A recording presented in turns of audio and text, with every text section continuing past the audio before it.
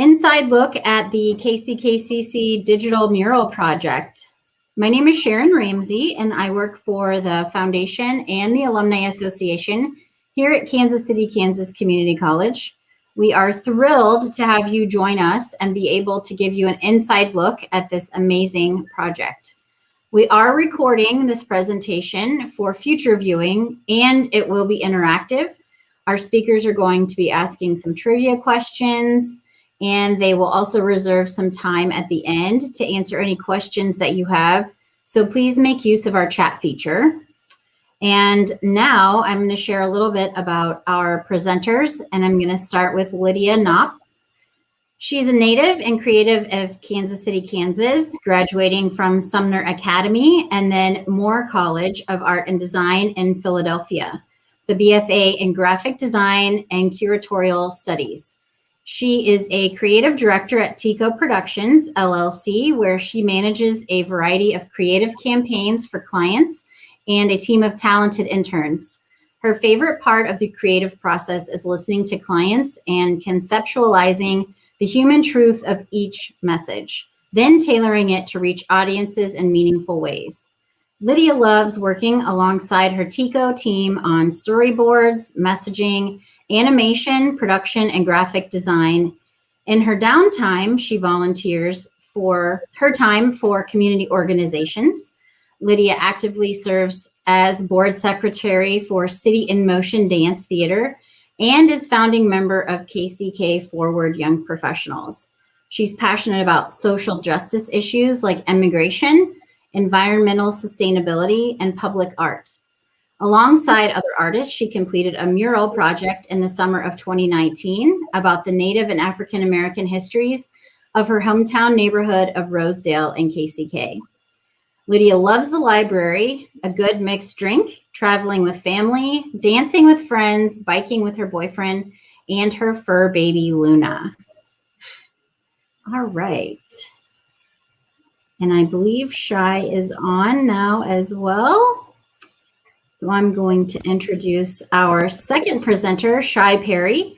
Shai is a Black biracial woman, artist, mother, and curator. She received a Bachelor of Fine Arts from East Tennessee State University, where she studied sculpture and cultural anthropology. She is currently the gallery coordinator for Kansas City, Kansas Community College, where she's had the pleasure to advise student organizations, curate the art gallery, facilitate the campus collection, and manage artistic visions of public spaces. She is also working on a master's in arts management and leadership at Wichita State University. Perry's research in anthropology heavily influenced her career. There is a reoccurring theme of identity, cultural ancestry, race, and the questions that arise through the process. Perry believes that the process of creating a work is just as important as the result. And now I'm going to turn it over to Lydia and Shai for our presentation. Thank you, Sharon. Thanks for that intro. Appreciate it. And hi, Shai.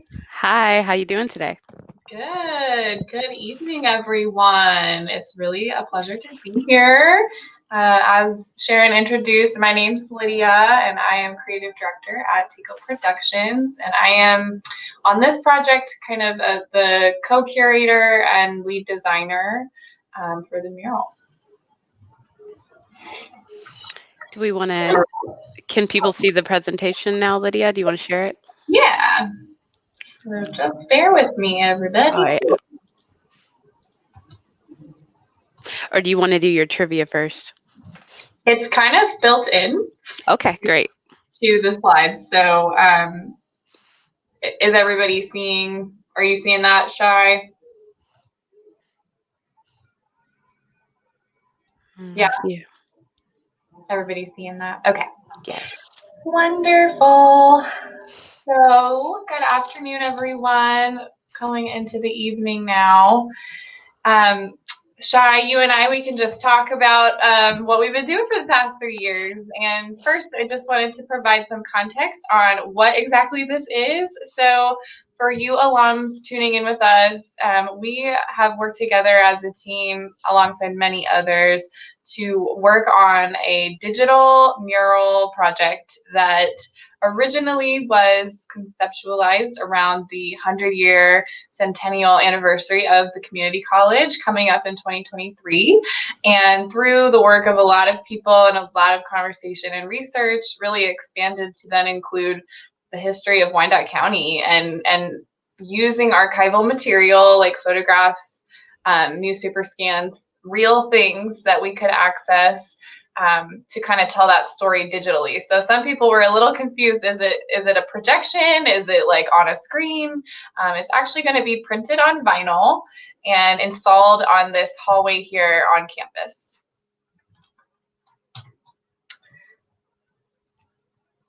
And this is a zoomed out view of what that's going to look like. So it's 4 different panels, as you saw in that previous slide, and it's on the hallway of the Jewel building. Actually, oh, no. I don't want to get to trivia yet. Sorry. Shai, maybe you could also introduce where exactly on campus. Yes, so this is on the hallway when you first enter the Jewel building where the flagpoles are currently. When you turn right down that, there's classrooms to the left, and on the right side is HR, the business office, and the president's office right there. So it's a very well-trafficked hallway for people to view this. And as visitors come in, you can go in this entrance, view the whole thing, and go out the other side. So you go through this experience and walk through time as you go from left to right side of the hallway. And like Lydia said, this expanded beyond just the 100th year centennial in 2023 for the community college, because lots of our community members felt you just cannot tell the story of a community college without telling the story of the community itself. So we start out in 1100 BC. We went way back for everyone to show how Kansas and Wyandotte County has developed from the very beginning. And this zoomed out view here to show all the panels, people walking through, really experiencing it. On the right-hand side, it says, "You are our history in the making." And there are 3 white triangles there that indicate will be mirrors, so that someone can stand there, see themselves in history, or going here, or see their reflection as they go. And we all make history every day. We do something that is making history or doing something for our future. So we want people to really visualize themselves in this experience of walking through time. And you also are able to touch time. There are 2 screens that are touch screen on panel 4 and panel 1. This is also ADA accessible. We made very sure that we were hitting everything with that so that everybody can be able to view this. We're even looking into printing some Braille labeling or having audio tours for the mural so that everybody can experience it to the fullest. And across from each TV is 2 benches. So if someone, if you just want to sit and take it in, it is a lot to take in. You can sit and really spend time with it, or listen to one of the audio video clips that we have. Go ahead, Lydia. Yeah, so that just leads us into our first. There's about maybe 5 or 6 of these, but I was telling Sharon we could probably do a whole trivia event of history that Shai and I have become experts on. But first trivia question for all of you out there: when was Kansas Community College, originally KCKCC, originally founded, and where were classes first held? And if you all are there with us, we love and welcome your comments if you have them, or ideas. It's really special to be here with alums today because you all are a part of this history really, really directly and probably indirectly as well. So not seeing any comments yet. So we will give this one to you.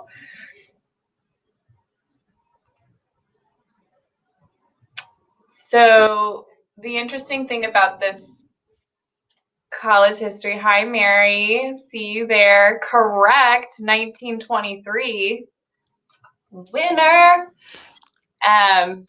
Yes, and originally the community college was actually operated out of different high schools, especially in 1923 when things were still segregated.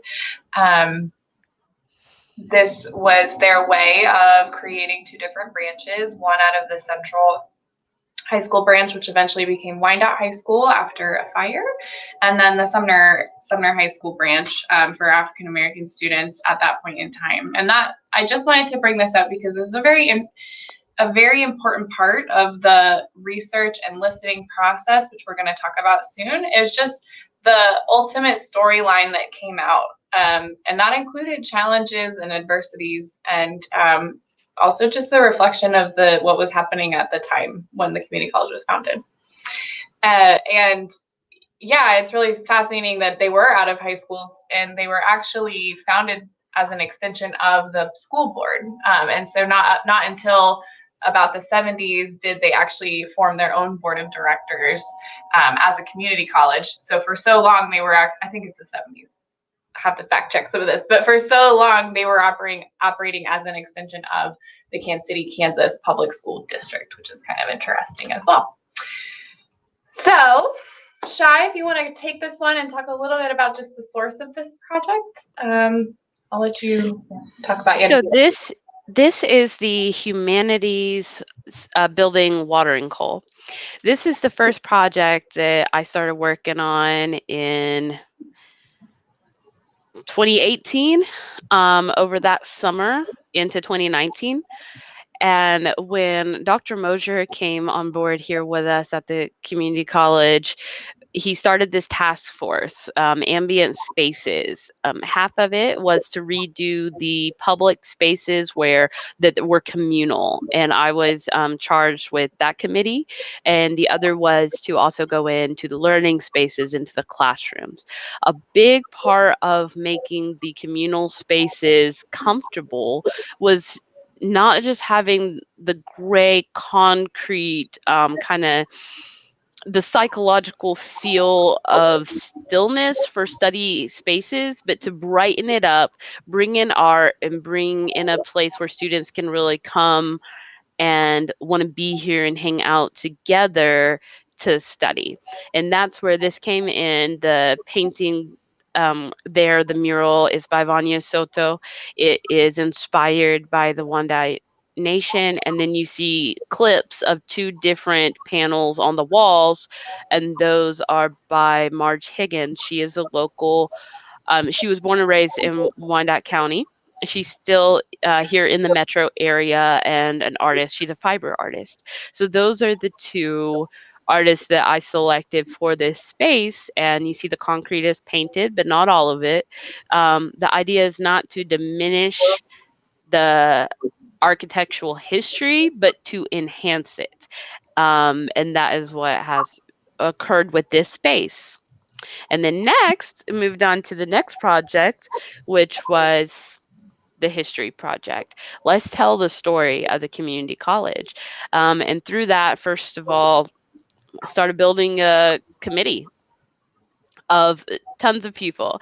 I think Curtis is out there watching today. He has been a tremendous part of this experience, and on the committee, chairing the committee along with us, you had Chester Owens, and Lacey from the public libraries, Jean Chavez. So many great individuals have come in and out of this project to help us really make it a community project. Yeah, and when Shai initially walked me through the hallways and said, yeah, this is where we want to go, I thought it was maybe one panel. And then we understood that it was the entire hallway. And for such a important story and such a special place. We wanted to have a mix of alumni, historians. Sometimes that was 2 in 1 when we talk about Mr. Owens, who was actually a student at the segregated Sumner branch of KCKJC, as well as a huge historian just locally. And all of these people truly volunteered their time and their energy. And we just wanted to outline them and recognize them in all of these presentations, because without them, this wouldn't have been nearly as rich or as successful. And it is actually still in process, so it's not quite done yet. But it was also important for us to involve those organizations and institutions, just to give you an idea of where we reached out for research. So the committee met monthly since 2019. We also survived COVID and then went virtual like everyone else last spring, fall. And so we have invited people in and, really taken what the people want to see. It's really important for me when I'm reflecting someone's history to make sure to listen. And so really that was a huge part of the process, was just for the first year listening. And this was kind of our approach to that project, was really, because we're working with an educational institution and representing one, how do we involve the student body first of all? So there was a number of things, and right now at the college, actually, this decal is installed on the panel that leads to a survey. So that was the first way that we tried to gather information and feedback. And yes, we got some digital surveys, but certainly a lot of feedback from also just presenting to different groups. Student Senate, Shy's been on campus when we weren't on campus, doing things like this, talking to people and understanding what they want to see, because it's ultimately their history. And then the way that the process worked as well is inviting in awesome interns at Kansas City, Kansas Community College, who came to Tico Productions, which a little bit about us, we're bilingual, multilingual, multicultural marketing and media production company located in Kansas City, Missouri, but just over the bridge in the west side. And we do quite a bit of video and oral history projects, but my passion for mural making had me ask, can we do this? Can I do this through Tico? Because I do murals on the side, but this was bigger than that, and I knew that it deserved time and energy and attention. So we had interns here at Tico Productions, as well as research associates from the community college come in and help here on site, as well as going to those institutions like Wyandotte County Museum. Thank you, Amy Locke. She was amazing. All of the people that the Kansas City, Kansas Public Library, and even the library at KCKCC is such an amazing resource with all the archives and all the scans and the board minutes from many years ago that Curtis Smith went through lovingly to get us these committee reports, right? So we started to identify what are the different groups that we want to represent and that are here, not even that we want to represent, but that are here and true and real. And how do we understand their histories? So that kind of split into subcommittees, which you can see here. This is a short list. It expanded, as you can imagine, but we really started with identifying ethnic-based groups. And a lot of, what Lauren Taylor did in the regional history of this area, we used as a foundation and a groundwork. So Native American, Northeast, the historic Northeast, Quindaro, which is also very different than the Northeast. We learned Asian American, Hispanic, Latinx, LGBTQ, business and industry, law enforcement, modern Kansas City, Kansas, of course, the community college history, and then Slavic Eastern European was kind of our starting point for these subcommittees. And this is part of what we heard, is what do you want to see, right? Do you want to see interpretations of this history? Do you want to see the real, visuals of, archival scans and copies and things? And that was what we heard from at least the start of our listening sessions, was that people really, really responded well to connecting with people, connecting with faces, be that a face from 1918 or, 2018. So that sort of led the design process. as well as these wonderful faces here who sort of helped us commemorate the history, not just what's written in the books or the research, but also the living history and the oral history. And that was really important to us to listen and understand. We have folks from Kansas City, Kansas Community College, both professors, students, alums, sometimes both. And then as well, just local representatives. And we tried to identify people from those subcommittees. I will tell you, Lauren Taylor is amazing. And, you know, we have 3 hours of footage with him. But the purpose of this was also to just capture history, living history, and provide that to those institutional partners like Wyandotte County Museum and the public library, so that this information isn't just solely for this one project, but that it's captured and time capsuled in time, which was really an amazing experience to hear firsthand. And we had students help us do the interviews here, to also kind of gain ownership of the story as well.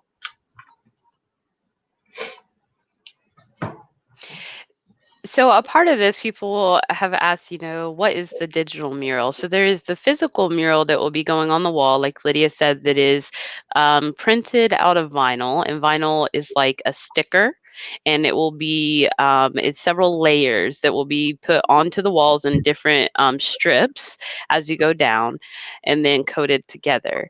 Then aside of that, you obviously can't fit everything into this collage. So it has been put into an online database that is being built out on the website, attached to the art gallery page on the website, and you can actually go through it and spend some time with it. If a professor wants to teach their English class about a writer that was from this area, they can go on there and find the information.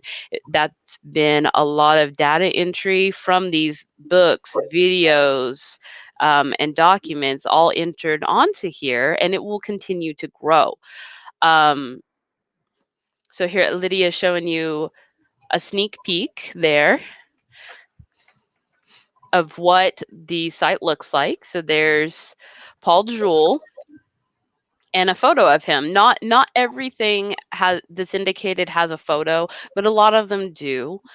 And also to where else to find more research. So this is what the site looks like when you do go into it. The color coding is a lot. However, if you want to pinpoint something, there we go for arts and culture. And there's also a tab for just KCKCC history. And then also have it intertwined. So you see there you have one in orange, pink, and green, because those sections fit into more than one category. So that's why you see more than one color combo coming up with those, because they go into more than one area. Yeah, and this is kind of the exciting tool of this project that sort of evolved over time and over listening to how do we put all this history on these like 84 feet of wall space. We can't. So it originally started as just a way to organize information, since we were taking in so much, and has really grown to this like evergreen, ever standing, sustainable tool, that's going to be, you know, certainly displayed on the mural and available for use anywhere, but also will be continued to be added to, you know, which is no small task by any means, but it did allow the program to, the whole project really to have more legs and more shelf life, and really just be more inclusive of things that we couldn't necessarily fit. Mm-hmm. And I will say, if you are a history person, spend some time with it, because it's a lot, but it's also very cool to see how they all intertwine. Will you go up to today's history? Yeah. Thank you. So also a part of this is that it will live on past 2021. As new things occur, it can be added to this, so we can continue the history on into the future. So that it doesn't just stop at 1 year, at this year when the project is put up, it can continue. For example, this summer, we have some children from the Learning Club that will come for a field trip here to the college, and we will spend some time with this mural, with the digital piece and learning the history of the area, but as well as they're going to make their own collages of their history and their family. So that's one of the ways you can build it into the curriculum so that young children can understand where they have come from, but where other people have come from as well, and get that creative experience together with history in a fun way. Thank you, Lydia. No problem. And this, ideally, we're still working through the sustainability factor of this, but we hope that it's a community resource that community wants to add to as well. Mm-hmm. So it's just our little disclosure, because we wanted, there's quite a bit on the mural. We're about to show you some of the designs that are in final form, but there was so much that we just couldn't include, and we wanted to be sure to assure people that it's not that we're not mindful of that. So here is just a video.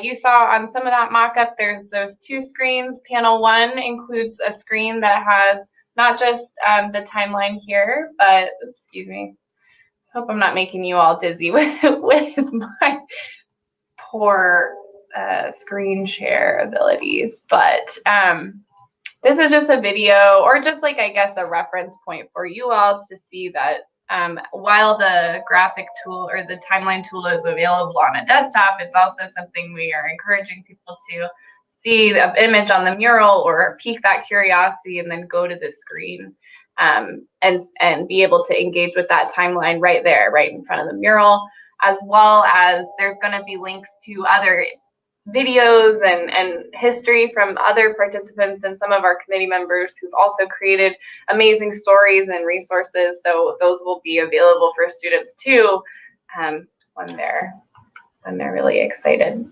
So just a little on the tech front, if you want to chat a little bit through that, and kind of, this is a process pick from what, April maybe? Of the yes, I believe this is in early April, yes, of where the blue tape there on the walls, where we'd sketched out where exactly we wanted to cut the hole to fit the TV to make sure it fit. And then there is an outline of the speakers that are up in the ceiling. So they're sound directed. That's why they have the cone on them. So you can hear very well when you're directly under the speaker in front of the TV. But then if you move to the side, it's a little bit quieter. We didn't want sound pollution in the hallway and the noises to bounce around to the offices and classrooms. But still wanted to be able to, without you trying to figure out a headphone jack or an app or QR code, be able to hear the videos that are occurring. So here's some of the, sorry, Lydia, the outreach we've been doing for the better part of a year now, going to Student Senate many times to get their opinions as this project to grow, Staff Senate, faculty, FBOE, the Landmarks Commission, the Board of Directors, the Board of Trustees, now speaking with you all, the alumni, the chamber.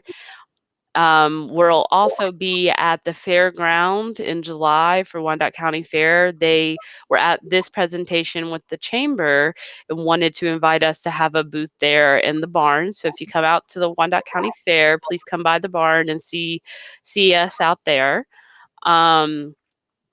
Many groups we have spoken to make sure that everybody, that no one feels left out from this, because we want everyone to feel ownership in this process. Mm-hmm.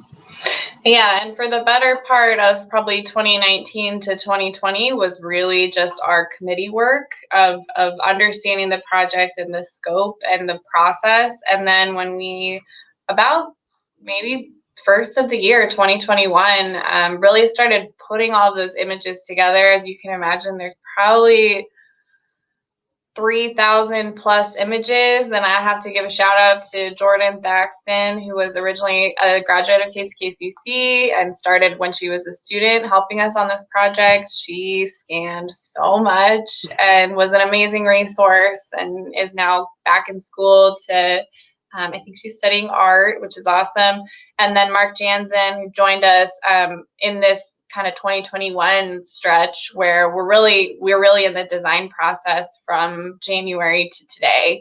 And so if you'll allow me to sort of share just for your background information, there is a grid behind all of it. So I know it looks like a lot, but there is some rhyme and reason. As much as history is like my first love, design is probably my second. So trying to find a way to complement so many different kinds of images, be that scans from newspapers, that's the only thing we had, and that's, to me, the best thing that we can get is what we have, and including it, making sure that it's accurate. And then things like, images of things and things that are still around. For instance, on Minnesota Ave, you still have this clock tower. So, trying to associate things so that this isn't just a mural that's static on the community college campus, but it's really kind of a guide almost to where and how and when things happened, not only in Wyandotte County, but then also via the college. Because per Mary, your earlier comment, yes, there was definitely that 8th and State location, which is still standing, and to go back and see that. So this is just to kind of show you all. I designed it in Photoshop.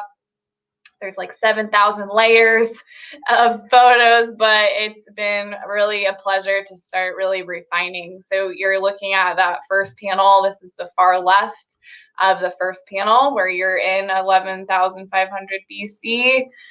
And, we kind of start by unpacking that indigenous history that really originated with the Hopewell people. And actually that a Kansas City, Kansas Community College professor, Mr. Steve Collins, did so much research and had so much information on, and he joined us for our committee to kind of provide some information. And so it was really about getting that story right and seeing how those images intersected. So you see the grid sort of wading in and out of the picture, but really what guides it is the images that we have and the storyline, right? So then people started to come in exodusters, people seeking asylum, be that Hispanic immigrants or freed slaves that had come over the river.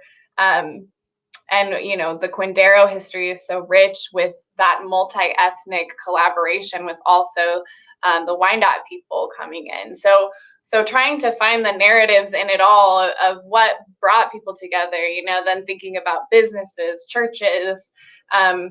Life was hard back then. Like the meatpacking plants in the West Bottoms did not pay well, and there was no workers' comp, and it was 15-hour days, so trying to find also where those groups created community when they were literally building it or so new to a place. As well as, we really wanted to honor the groups that were originally in that area, the Osage, the Delaware, and then so many others. Shawnee, I don't want to misspeak here, but I promise we have it all in that timeline, but really just making sure that we created something that was cohesive and also brought the viewer to that next part of the story. So here in panel 1 is kind of the origin story, if you will, because this is all pre community college, but then we move into panel 2. But before we kind of introduce the community college, anybody got an answer to this one? What was the original yearbook mascot called that represented the central branch of KCKCC? Any takers? It's kind of interesting to go through all the old uniforms and mascots. And in this image, I think this is from the 20s, maybe late 30s. Not quite sure what they're playing. Like basketball in a corn sack. I don't know. But I truly enjoyed looking through, because I mean, the students are students. There's a lot of fun stuff. So the original yearbook mascot was called the Owaisa, which is a native word, and there's a story behind it. It's in the digital timeline of why it was kind of founded. I think it was because of a song that was popular around that time. But then, you know, we learned to the sort of the themes and the symbols of the community college as it grew. It was at one point the Jayhawks, and then eventually the Blue Devils. Impy, the Blue Devil, came into the picture. So here we're looking at panel 2, which is really where we unpack the founding of the community colleges. You know, also the divide between races here with the Sumner branch and then the Central branch.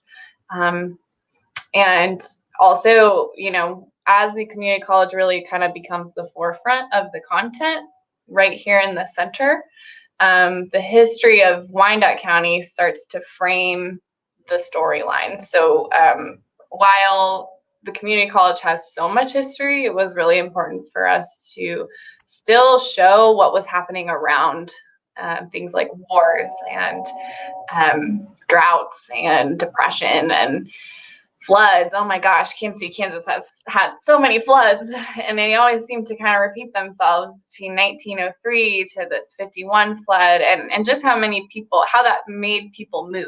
I mean, it's really fascinating to see. And then also kind of relating it to the things that people really want to associate and really cling to, like music and art. And here in this panel is actually when we see the segregated part here and then the integrated part, which if you're paying really good attention, I'm sorry, I hope you didn't see that. But does anyone know when Kansas City, Kansas Junior College desegregated? I definitely had it up on panel 2 also. So if you saw the year, then this one's a wash, but.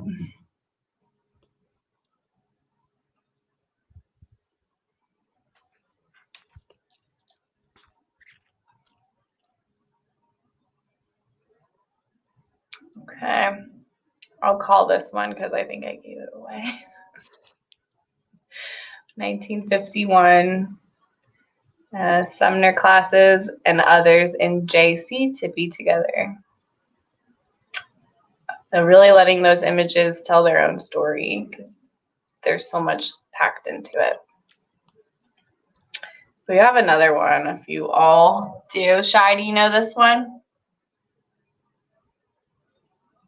I do not. I don't know the exact year. I think it's pretty cool, kind of relating to present day and what students are interested in now, and if students now really ever knew that there was a football team at Kansas Community College. So the last year KCKCC had a football team was 1953. And the college did experience quite a bit of growth and change, and design-wise, you know, there was a lot to unpack about the founding and the segregation and then civil rights in Kansas City, Kansas. And Chester Owens was really instrumental, as well as Rochelle Donald, and then, you know, everyone else as well, just advising us on how to really represent that challenge and that pain. It was important for us to not sugarcoat things, because this is meant to be a tool to learn from.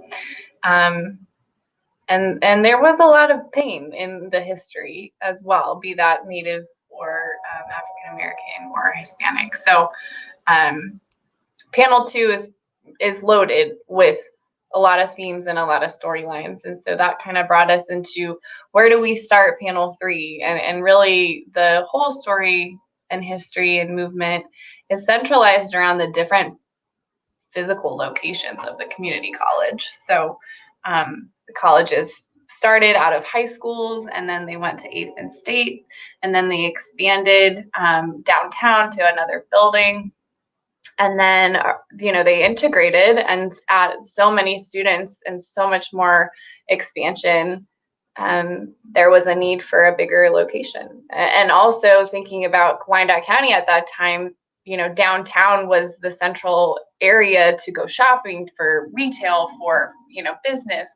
And not a lot was happening out west in terms of the development that we see today, right? But it's kind of interesting, understanding that the community college was part of leading that charge of Western expansion, as well as, equality in a lot of ways, kind of reflecting what was happening in the times, the Vietnam War, women's rights, and also kind of establishing a visual identity as an institution that at that point had been around for 50 plus years. So anybody got this one?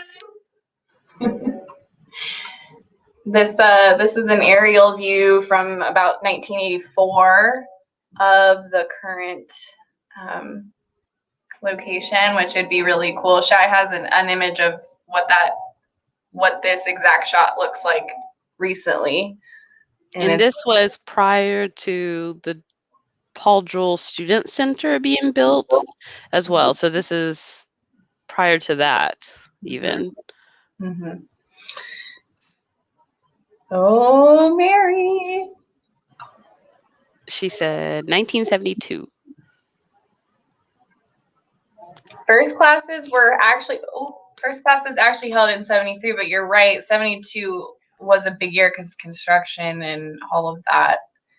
But this we refer to as the Green Grass Campus, and a lot of the information did come from Paul Jewell's book that he had written. But one kind of interesting challenge was that book really only went till 1990s. And so, we as a committee sort of were tasked with defining what the modern history we're living was and what those storylines were. So if you'll allow me to just go back and kind of elaborate, and Shai, feel free to jump in. And I think one thing that this project, has brought out, it's brought a lot of people together, but it's brought out new projects. Different people in the committee have gone off and are working on new projects together now that pertain to this history. I know Curtis is curating a show for the gallery here on campus about the railroad history and kind of diving into that deeper. And you also have that book, the Paul Jewell's book that ended in the 1990s. There's been a lot of discussion of we need to write a new one of the last 30 so years. So maybe that's the next venture, is getting some people to help write that book as a group. This one here, well, we've already got a lot of the information done for them, so putting that into a publication would be easier. Lydia, I don't know what you think about that. I don't know, Shai. I see Mary's comment that her mom was a custodian when the college opened and wore a blue uniform. That's awesome. I didn't know that. We did do quite a bit of unpacking on the Blue Devil in this section, and I wish I would have zoomed in a little bit more, but you'll just have to see it when it's installed. But there's so many versions of that Blue Devil and that impy mascot that really kind of came to life around this time frame that we started to represent. And it was important for me as a designer to kind of understand the visual of an institution like this. We all see this KC so often, and it's so iconic, and I love it. But I was like, who did that? And apparently, a lot of the artwork were by students. Like a student designed this seal that I think the foundation actually still uses to this day as a form of that, right? And the name Kansas City, Kansas Community College actually is an interesting story too. It was KCKCJC for a while, Community Kansas City, Kansas Community Junior College. And so just kind of trying to understand under what leadership that change happened. And also, you know, there was like a larger state or national movement in the community college space that kind of influenced that too. And so actually, in terms of leadership, all of the different presidents of the college are represented here in that middle line. And at this point, the board of directors was established when they came out to the west. So they were no longer an entity of the school district as they were at the founding, which is kind of cool too, to see how leadership changed. And we're still working on this. I know it's a little rough right now. I'm forever critical.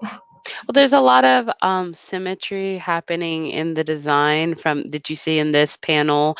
There will be a reference to something that we already spoke to in panel 2 about how it's changed now. Even in this panel, the 2 laptops from when the college first went online to now, today, having to be all solely online and in Zoom during the pandemic. So you have that parallel and those adjacent to one another to fully tell the story of how history repeats, but maybe just in a different format.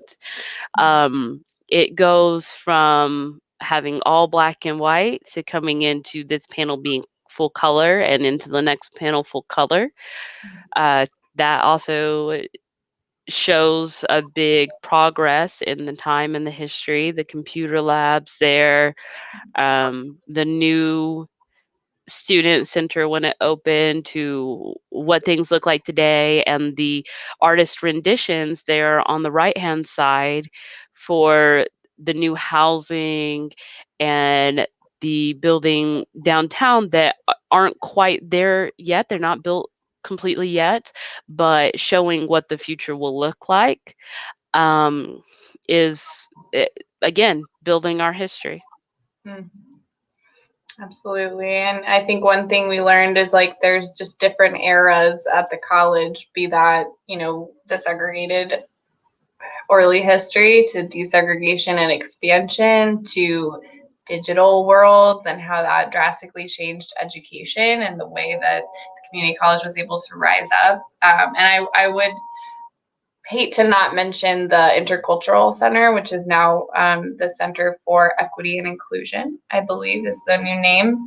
But this all sort of started through that center, and we would meet there and talk about that. So even within this storyline is the story of that Intercultural Center, which is represented kind of here. And this is sort of the logo for it, an early logo, but how important and how innovative this community college has been in finding where the need is and where that accessibility needs to be that, you know, visual impairment, physical impairment, be that breaking through racial barriers and understanding that we live in a multi-ethnic community. And so how do you reflect that and provide resources for different students? And that's so many different students. Yes. And one thing with this mural that I forgot to mention when we were on panel 1 and 2 is there's a clear triangle indicator, and those are indicating acrylic triangle pieces that will be onto the wall to give a 3D element raise to the surface, where we would then like to go back in and have Braille put on that, so that we can have more experiences for the visually impaired along with this. And then for the videos, having, of course, subtitles, subtext, as so that everybody can experience this fully. Oh, I think I'm going backwards. Sorry, guys. So that brings us to today and the final panel, which Dr. Mosher was really adamant about making this sort of self-standing in its own right, so that as much as time's going to pass, we do have a timeless representation of of the community college at this point. And this panel sort of honors this whole process, really, and this preparation for 100 years by representing current students. Kind of, if when this is installed, and you can read this caption, it sort of talks a little bit about this process here and what we're kind of how we made this happen and who was involved, and also Esther Foreman, who's an amazing KCKCC alum, really believed in this project too, and contributed quite a bit to making it happen. So just kind of honoring the process here and the history that was made by doing it. So this is sort of our time frame. As you can see, it's revised. So this was supposed to be a year project, but it deserved the time, and it still deserves a lot of time and care and attention. And so, this was the pre-production, research, design. It's been through a couple rounds of revisions and is really now in the process of really being cleaned up. Finalized. Captions are being proofed and reproofed, and so many people from the community college, the experts right there, have helped us, proofread and add information and make sure that it's, really representative and really accurate. So we're kind of at this ending point here. July 26th is my drop down date to deliver all of the files to the printer. But certainly it will be installed before the 2021-2022 school year, and there will hopefully be some sort of public, ribbon cutting or groundbreaking that I know Shari and team are working on as well. But the beauty is too that a lot of this material is being cited. Everything, all the sources, all the people, firsthand sources and secondary sources are going to be kind of captured and then provided back to of course, Kansas City, Kansas Community College, but the institutions that also helped us make this happen as well. So yes, and just to stay in tune for the future of this project, we have a lot of growth and interest in this for potential groups, such as the Visit Kansas City, Kansas is very interested in working with us to enhance their historical tours that they have an app for,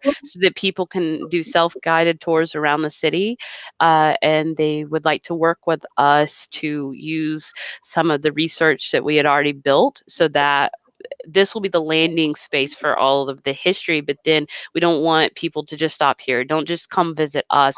Go out, see the Strawberry Hill Museum, go to Quindaro, go see the Wyandotte Museum, go other places. And thinking about creating, I have one here actually that alumni Kathy Hines brought into me. This is a passport that they used at one of the early, it wasn't then called the Wyandotte County Ethnic Festival, it was called something else, but to go to these places and really explore your backyard. And we want the students to go exploring as well. We have the blue class here. They do a scavenger hunt around the campus. So that's just a start of where this can lead to, because in our feedback sessions from the students, we just kept hearing, I want to know more, I want to know more. So that's what we're trying to get out there. Let's give them more. You gotta know your history. Anybody got the answer to this one? I kind of trickled it out, but who is the oldest living alumni of Kansas City, Kansas Community College, and what year did they graduate? We already gave you a hint earlier. We did. Yeah. We did. Mary said it. Yes, she did. She did. I'll give it to you, Mary. You're our champion trivia champ today. But Miss Esther Foreman, who part of this project too, is we're going to have the honor of speaking with her and kind of capturing an interview with her as well. Class of 1937. And I think Esther just turned or is about to have a birthday. So happy birthday. And thanks for your support, Esther. We're gonna have to tell her that in person. But yeah, and I sort of mentioned this, but this project has legs in so many ways and has been reaching not just the campus community, but due to the nature of how far and wide. Yeah, and I don't know if some of you might know about the community nature trail on campus. It was adjacent to the Flint building and down from the athletic field house. But recently, we've been getting volunteers out there to clear it. The oldest oak bird tree in Kansas was there a few years ago. It was struck by lightning and has since fallen. However, we are still making it a big feature of that trail. And with Urban Hikes, they're one of the groups with Lisa that we've been working with to really get this trail back up and going and get people out there and to go on the tour around our campus. So you would start with seeing this mural, go fully around our campus, see the trail, see the other wonderful beauties that we have on campus, the other murals and artwork, and then end up back full circle at the mural to further look at it and do your own kind of diving into the research. So there's a lot of great things happening that we will share with you when we have the promotions for all of those.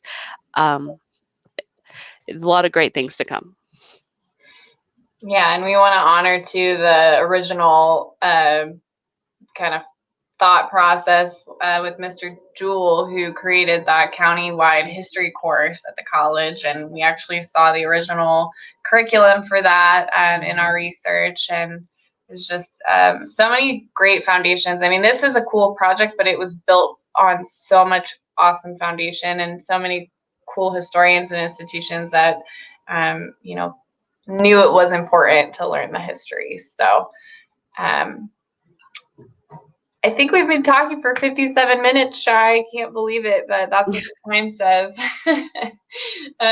Here's our contact information. Just it's become second nature to ask, if anybody has any feedback or comments, commentary, please share with us and feel free to contact Shy or myself. And with that, thank you. Wonderful, Mary. Yeah, we love Lisa too. Yeah. She's doing with the kid camps. We're going to do a mini tour for them since, they can't do the full tours. But we're going to do a mini tour with them around the campus. So I don't know if anyone has any questions that we can field in the chat now. But it's really an honor. This group is one we really wanted to talk to because this is so much your story and your history, and I love looking at all the throwback pictures of cheerleaders from the 40s to the 50s to today, and just those little things, that humanize history for us all. So yeah, thanks, Mary. I'm going to stop sharing because I tried my best, but yeah. All right.